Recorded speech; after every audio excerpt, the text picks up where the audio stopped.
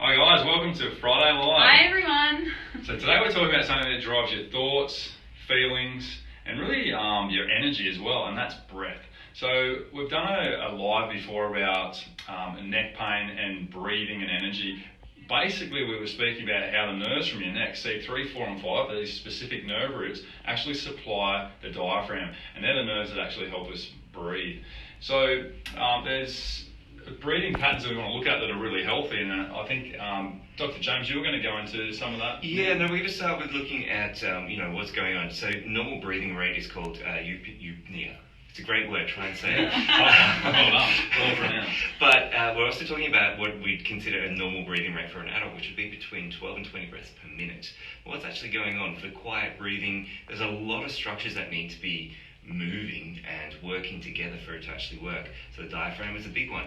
So quiet breathing we actually also know as tummy breathing, and that's something that our society really seems to shy away from, which is a bit of a shame. So we get a lot of chest breathers, and it's actually using a lot of secondary muscles that increases all that neck pain, the upper back pain and tension that we see a lot of here.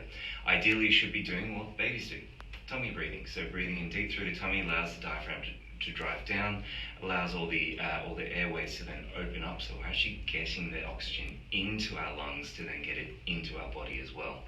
The short version out of all this is you've got to understand that quiet breathing actually requires a lot of things to work properly. Yeah, so a few ways that you can actually test this out at home to see if you can do this easily, and if you're a quiet breather and engaging in that proper belly breathing. If you're sitting in your office chair or again at work, anything like that, just sitting in a chair with your arms down next to you, bringing your shoulders up and back and just taking some nice slow deep breaths. So ideally your inhalation phase should last for 2 seconds and with then a short pause before we go into that 3-second exhalation phase. So with doing this, feeling like your belly is blowing up like a balloon, and then exhaling back out and just feeling that relax back down. If you're really struggling to do this, and the way that I would describe what it feels like to struggle, if you're in your chair and you lean forward and you try and take a deep breath in, you're going to find it really hard to take a deep breath into your belly and find that you only be able to do it through your chest versus if you're sitting upright. So if you are finding that when you do this or when you're trying to do it and you're finding it really hard to breathe into your belly, then it's more likely than not that you're probably using a lot of those accessory muscles to actually take your breaths in and doing more of the chest breathing. So like Dr. James mentioned, there is a lot of different parts and mechanics in our body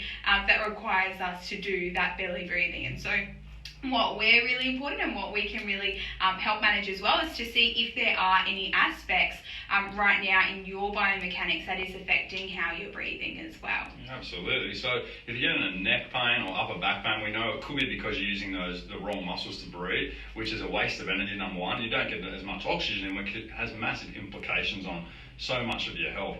Breathing issues, there can be many causes of breathing issues. If we're talking just strictly breathing issues, getting a deep breath in, there can be pathologies that we want to rule out. So that's really important, the first thing we do. But secondarily to that, we can check and help manage lots of other things, like simple things like diaphragm function, which is actually the breathing muscle. It's the muscle that's responsible for helping you breathe efficiently and properly and using minimal energy to breathe. So that's something that we love checking in here. So if you've got any back issues or neck issues or breathing issues, guys, come in, let us check you out. Let's see if we can help manage and help you breathe easier, which, as you now know, affects so many things in your life and your health, has such far-ranging effects. Yeah, thanks very much, guys. We'll speak with you next week for our next live. Have a great weekend.